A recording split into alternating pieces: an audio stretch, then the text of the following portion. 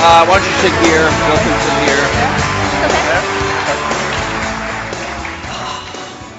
Okay. Well, thank you. Before we get started, I think there were some pioneers. Of course, we have the pioneers here on stage, but there were some other really important pioneers in the video we just saw, and a couple of them are here in the audience. So, Mitch Kapor, who is a regular at D, could you just stand up and wherever you are, there he is.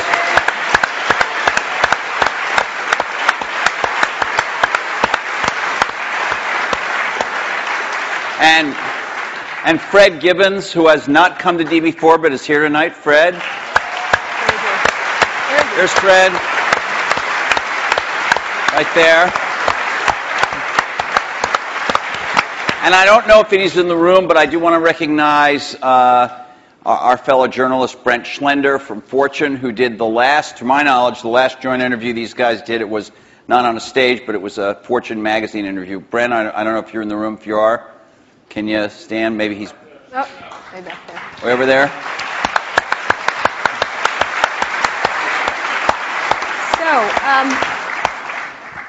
So let's get started. I wanted to ask, there's been a lot of like mano-a-mano catfight kind of thing in a lot of the blogs and the press and stuff like that. And we wanted to, the first question I kind of was interested in asking is what you think each has contributed to the computer and technology industry, starting with you, Steve, for Bill, and vice versa. Well, Bill built the first software company in the industry. And I think he built the first software company before anybody really in our industry knew what a software company was, except for these guys. And that was huge. That was really huge. And the business model that they ended up pursuing turned out to be the one that worked really well, for the industry. Mm-hmm. So I think, but the biggest thing was Bill was really focused on software before almost anybody else had a clue that it was really the software. That's what I see. I mean, a lot of other things you could say, but that's the high order bit. And I think building a company is really hard, and it requires your greatest persuasive abilities to hire the best people you can and keep them at your company and keep them working, doing the best work of their lives, hopefully. And Bill's been able to stay with it for all these years. So, Bill, how about the contribution of Steve and Apple? Well, first I want to clarify, I'm not fake Steve Jobs.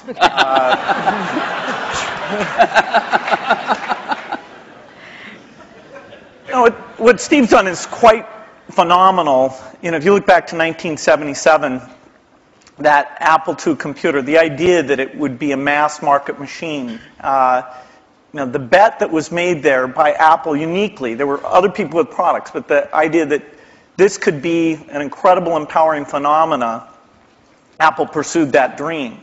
Then one of the most fun things we did was the Macintosh, and that was so risky. People may not remember that Apple really bet the company. Lisa hadn't done that well, and some people were saying, okay, that general approach wasn't good. But the team that Steve built, even within the company, to pursue that, even some days it felt a little ahead of its time. I don't remember that Twiggy disk drive. 128K. Yeah. The Twiggy disk drive, yes.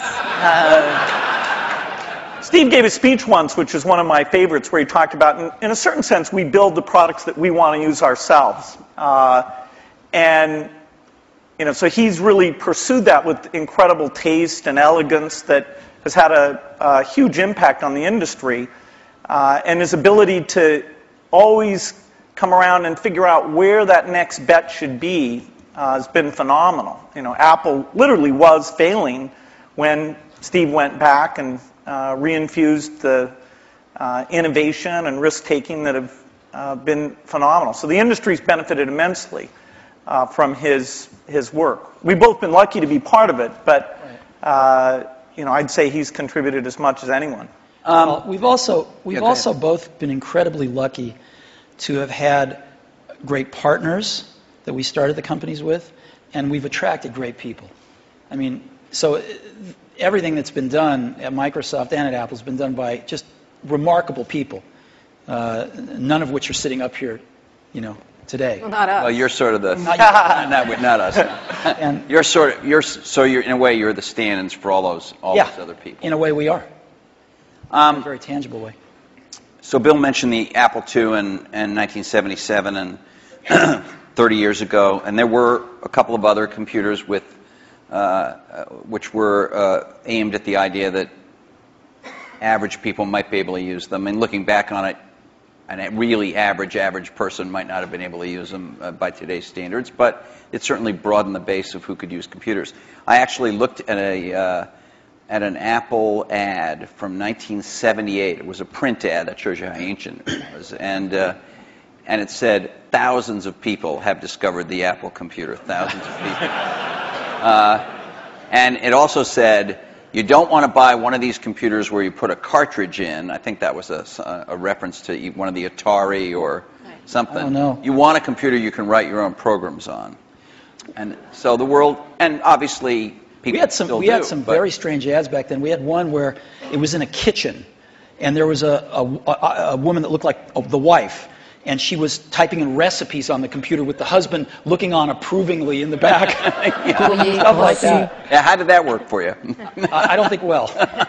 So, but just think back to, I know that you started Microsoft prior to 1977. I think Apple started the year before in 76. Microsoft in 74 was when we started writing the basic. And then, then we did shipped the basic in 75. Okay. Most people, some people here, but I don't think most people know that there was actually some Microsoft software in that Apple II computer. Do you want to talk about what happened there, or how that occurred? Yeah, there'd been the Altair and a few other companies, actually about 24, that had done various machines. But the 77 group included the PET, TRS-80, Commodore. and the Commodore PET. TRS-80, and the Apple II. The original Apple II BASIC, the integer BASIC, we had nothing to do with.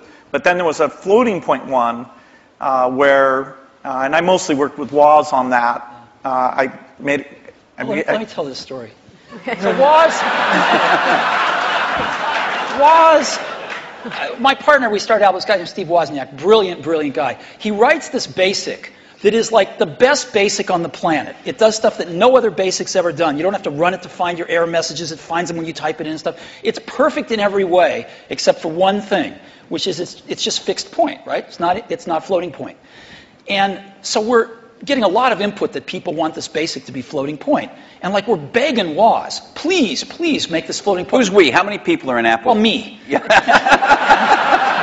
begging Woz to make this floating point. And he just never does it, And he wrote it by hand on paper. I mean, he didn't have an assembler or anything to write it with. It was all just written on paper, and he'd type it in. He just never got around to making a floating point. Why? Well, this is one of the mysteries of life. I don't know, but he never did. And so, Microsoft had this very popular, really good floating point BASIC that we ended up going to them and saying, help. And how much was I think you were telling us earlier? That was $31,000. That Apple paid you for the floating point BASIC. And I flew out to Apple. I spent 2 days there getting the cassette. The cassette tapes were the main ways that people stored things at the time. Right. And, that was fun. I think the most fun is later when we worked together. Well, what was the most fun? Tell the story about the most fun that was later. And maybe later, not the most fun. Let him talk. I'm teasing.